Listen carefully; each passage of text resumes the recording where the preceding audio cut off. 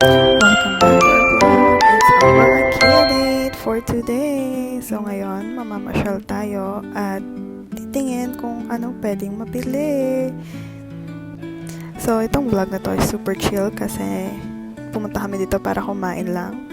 Pero guess what? Kung anong makikita natin at madadampot.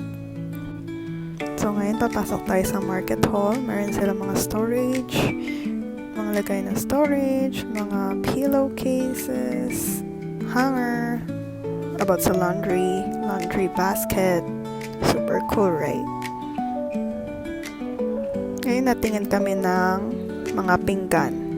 Nagdadalawang isip pa dyan si Han kung bibili ba siya or hindi kasi mura lang siya. I think $1 lang or less than $1. Ito naman about mga kitchen stuff. So ayan, bibili na nga kami para naman new style, color green naman. Ayan na. Cha-ching, cha-ching. Bumili kami ng mga pinggan. Tatlo dito. Tingnan nyo to kung gaano kaliit. Super cute. 99 cents lang yung scissor. Then ngayon, ikot tayo. Ano pang meron dito? More on kitchen stuff. Yung mga binili namin. Ganito na ba talaga pag adulting ka na? This is so mahal. Akala ko $20 lang. But so cute, right?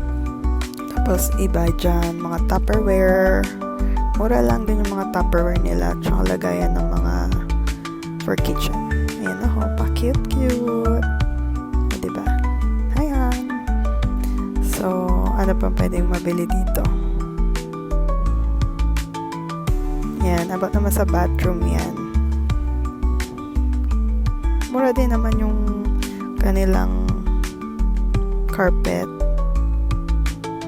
or floor mat. Yan naman yung kanilang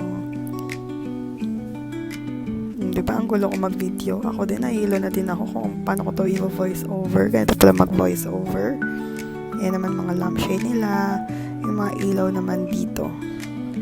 And then, tinitingnan namin kung maganda ba talaga to kasi yung nabili namin ng last madulas. Ayan, ikot-ikot lang. Shopping, shopping, shopping. Thank you for watching, guys. Kakain na kami. Bye! So, ayan, papark na niya. Para kumain. Papark niya muna. Ayan na yung kanilang restaurant.